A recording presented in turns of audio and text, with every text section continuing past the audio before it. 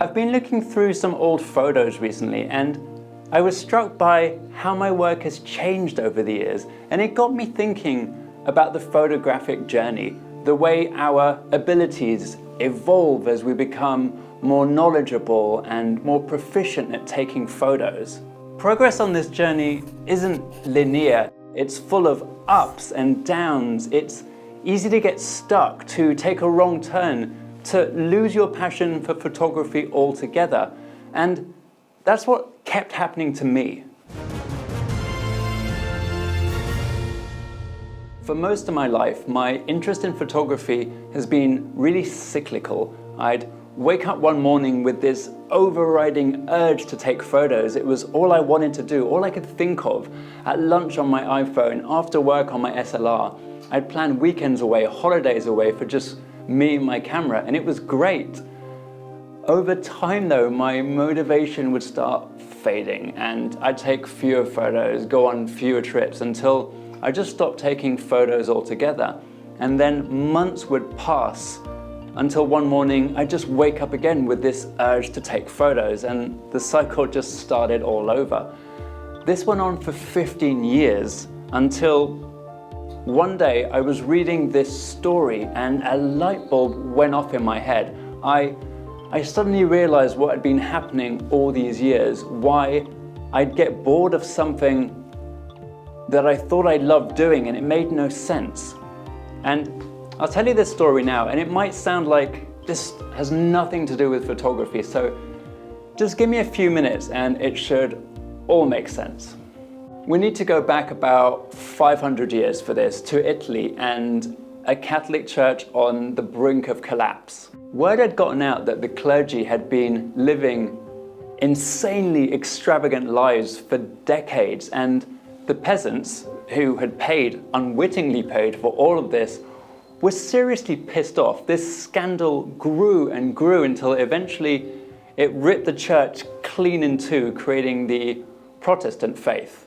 In an attempt to stem this flood of deserting believers, the Catholic Church decided it was, time for a bit of a rebrand. They had to get the focus away from this corrupt human side of the church and onto the divine and the sacred. The church demanded that artists improve, that they create paintings that told religious stories in a more emotionally resonant manner. And the stakes were high, right? These images needed to convince millions of disillusioned people to trust in Christianity again. This is where our hero enters the story.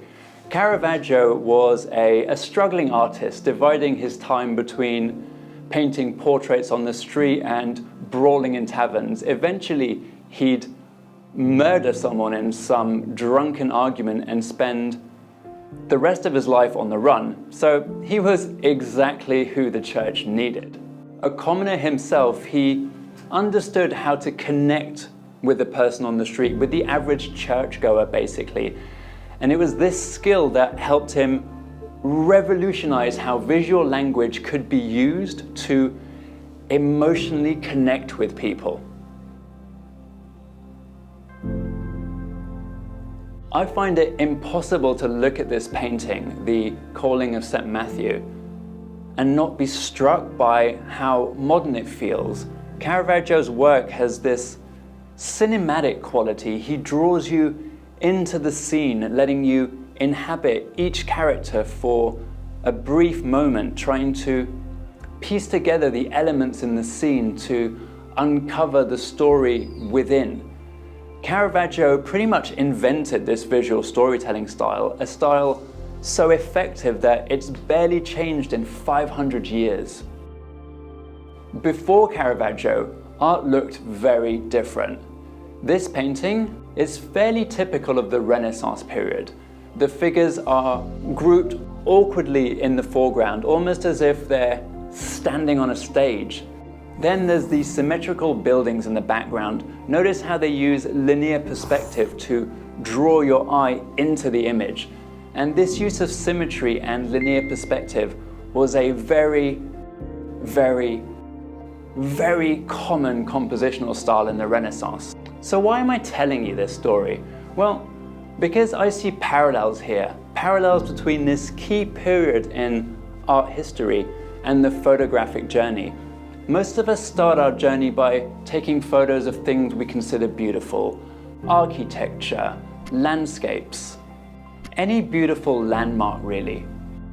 This isn't a coincidence. We're relying on the symmetry and the geometry inherent in these landmarks to shape our composition. For years, my travel photography was nothing but this. Before I traveled anywhere, I'd research all the Instagram-friendly locations, and then I'd just proceed to check each of those off my list. I'd turn up just before sunset, look around for the crowd of photographers, and then take the exact same photos as everyone else there, as everyone else the day before and the day before that. These are all beautiful images, for sure, but my point is, you don't need to be a great photographer to take them. You just need to understand how your camera works. The scene, the landmark you're photographing, is actually doing most of the compositional work for you. It's on this part of the photographic journey that I think many people get stuck. They don't know how to progress from here. And this is also where I kept getting stuck, right before I'd lose interest in photography again. This way of taking photos reminds me a lot of Renaissance art, images equally dominated by landmarks and their symmetry. When Caravaggio painted the Calling of St. Matthew, he was responding to the Catholic Church's request to tell biblical stories so compellingly that they would change hearts and minds and bring people back to the Christian church. To do this, Caravaggio had to become a better visual communicator because he absolutely had to ensure the visual language in his images would capture something new, the emotional core of those stories. To achieve this, he moved away from the status quo, from paintings of sweeping vistas and majestic locations, and in doing so, he totally upended the art world and closed the chapter on the Renaissance period altogether. Caravaggio started by setting his paintings in a far less glamorous setting, the real world basically, a world everyone could relate to. This scene here feels more chaotic, way less staged, and certainly way more real than the wide-angle vistas of the Renaissance. This wasn't a revolution though, so much as an evolution, because Caravaggio built upon the existing composition theory, those guiding lines that we looked at that characterize Renaissance paintings, the ones that draw us into the image. Well, they haven't gone away.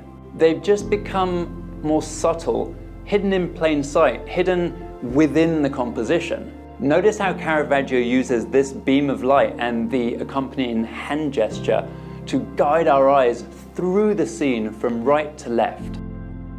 Caravaggio transformed how light was used as a visual language tool. He moved away from the unilateral lighting popular in Renaissance paintings. See how the light here falls equally on everyone in the scene. It's flat, so it's not very interesting. And it's definitely not very narrative. It doesn't really tell a story.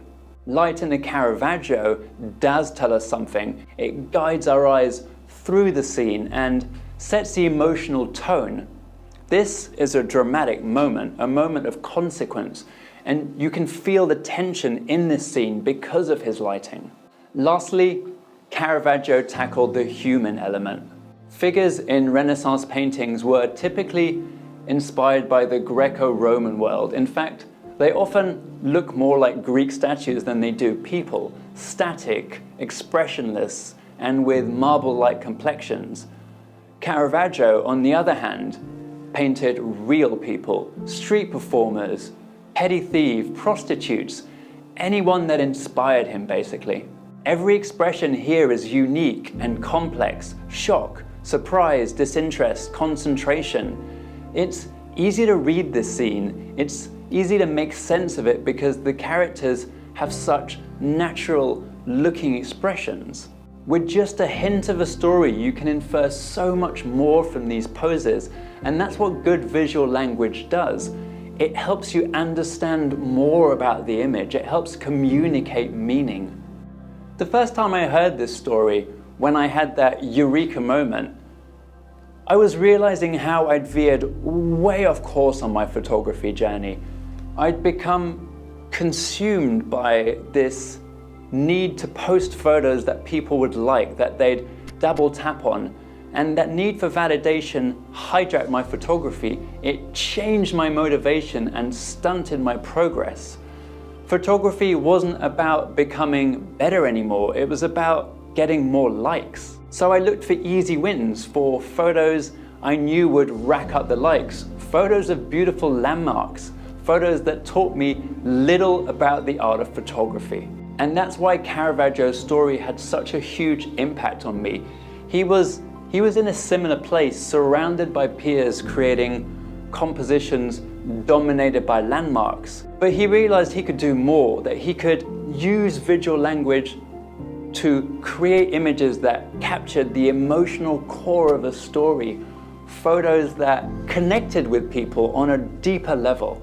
It's human nature to want instant gratification and instant success, but sometimes the joy of something isn't in the output, it's in the process itself. It's in the exploration of the topic, in the experience of doing something purely for the joy of it, without an external metric for success.